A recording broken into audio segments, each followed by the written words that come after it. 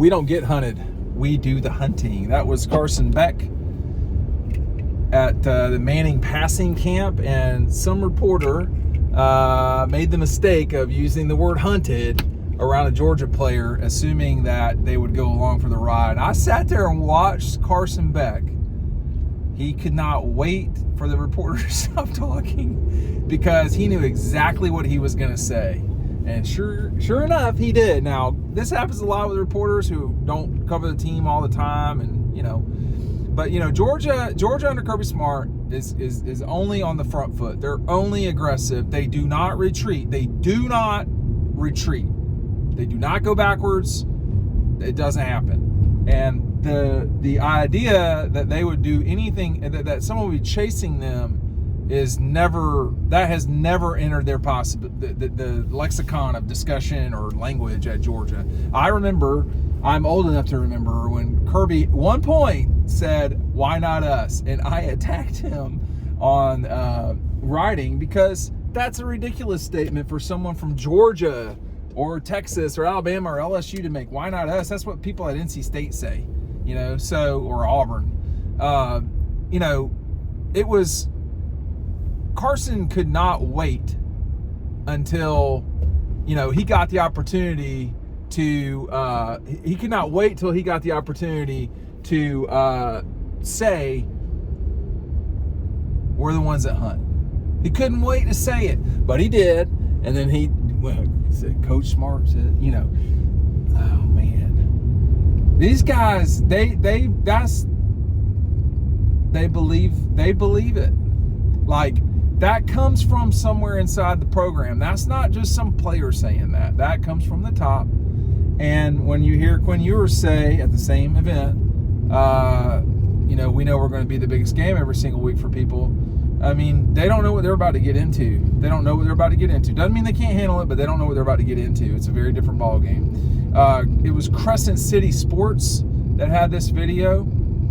Crescent City is in New Orleans, so it's an outfit from New Orleans. I want to make sure I said that. But Carson, covered Carson for a long time, and he is not a loud person. He's quiet for the most part. Reserved, maybe not quiet. But, it's important for Carson, I think, to have a good 2024. If Georgia wants to be successful, the quarterback has to be good. But when the quarterback can barely contain himself about the whole hunted notion, it's a little bit of me, assuming here. But I think that it sure seems to me like Georgia was desperate to play in that Orange Bowl. Like, they couldn't wait to play that game. You could see it on the field before the game. I mean, it took them a while to score too. I think that game was close for, I got like 12 or 15 minutes, might have been longer than that, and then they just swamped them. I think it's my opinion that they can't wait to play this fall as well. That's what it seems like to me. I mean, it may just be that I feel that way exclusively. I cannot wait for college football to start again. We'll get the ability to watch Tech and Florida State, boom, right off the bat, the first week 0, whatever it is. And then, you get a banger right out of the bat for Georgia with Clemson opening that game at noon. Will Georgia be ready at noon? It's a good question. So there's all sorts of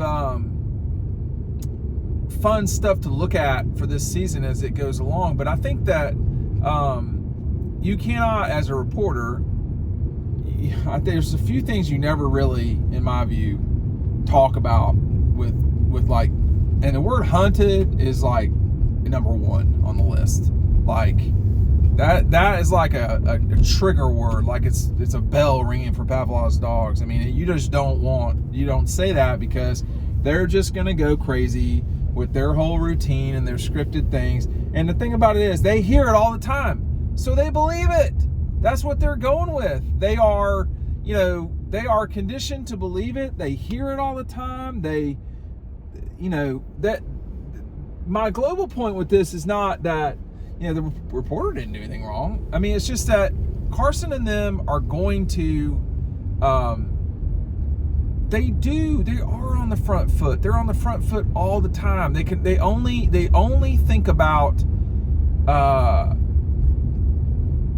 winning, I guess. I mean, they're not going to back down. And it occurs to me that folks don't appreciate how ingrained that is into that program at Georgia.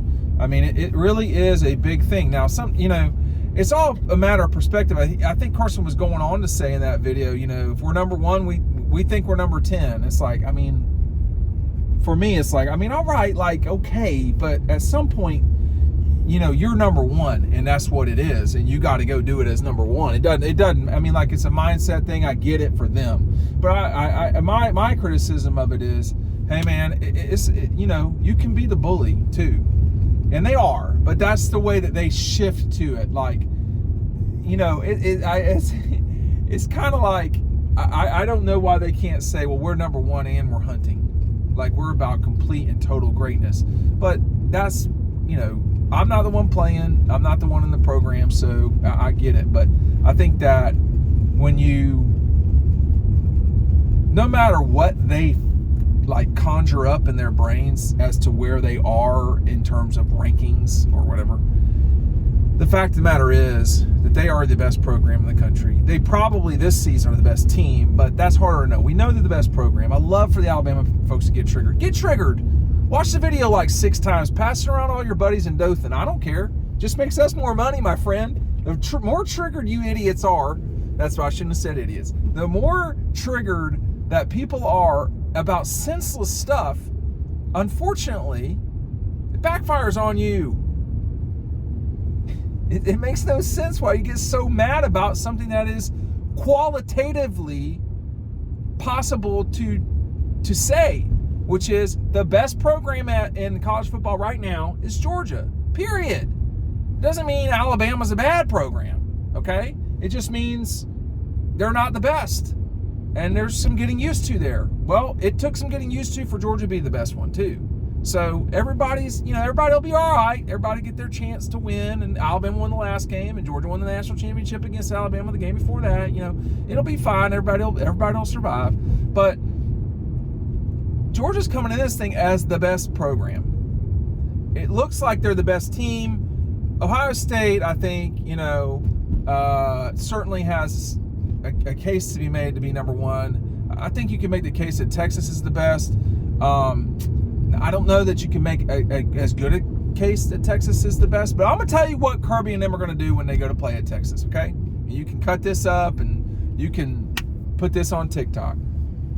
When Georgia goes to play at Texas, they're going to act like they're going into the damn Coliseum with lions and all that stuff surrounding them. That's what Georgia's going to do when they go to Texas.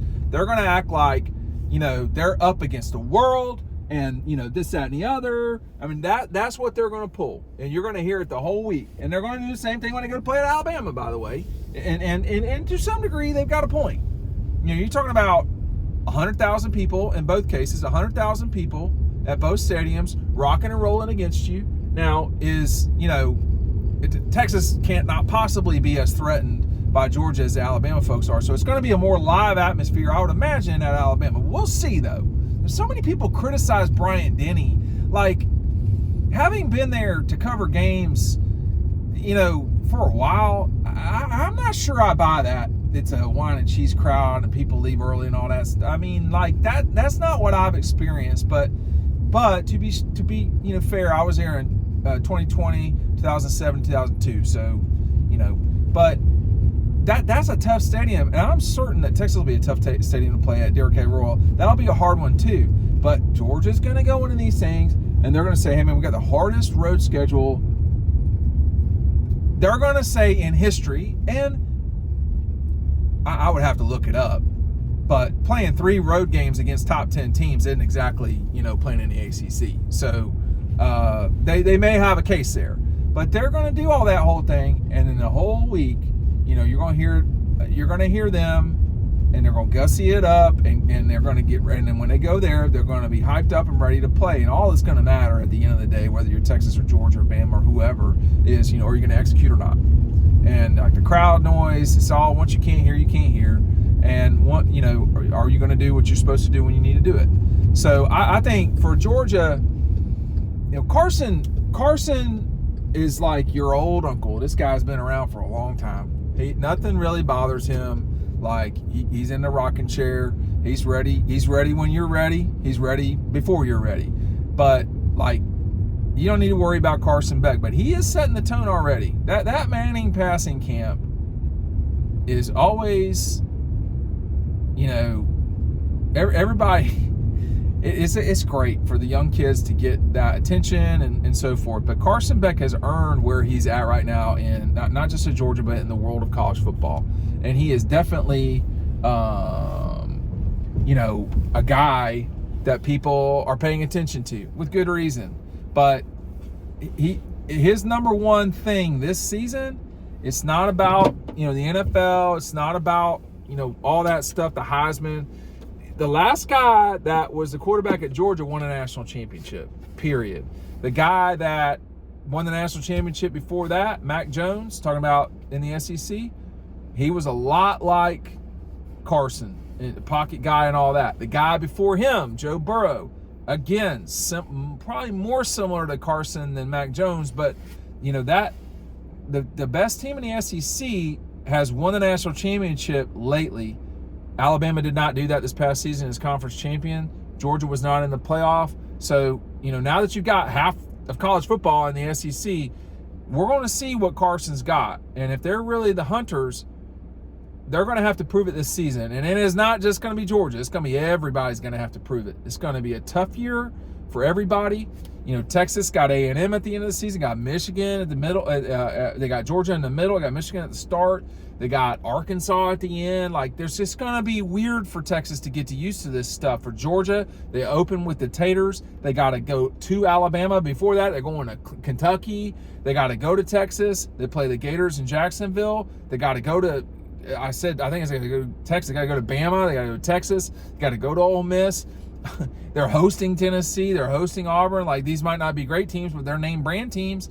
And so, it's not going to be easy for anybody in this league. Go look at Oklahoma's schedule. That's a nightmare. So I just wonder if everybody's going to get tired of hunting. And we'll see. We'll see. That's my question. Will Georgia get tired of hunting? Maybe get a snap off a beef jerky, something like that when they're in stand or whatever. I don't hunt. You know what I mean? I got other stuff to do. But is anybody going to get tired hunting? It's a good question. We'll find out this season.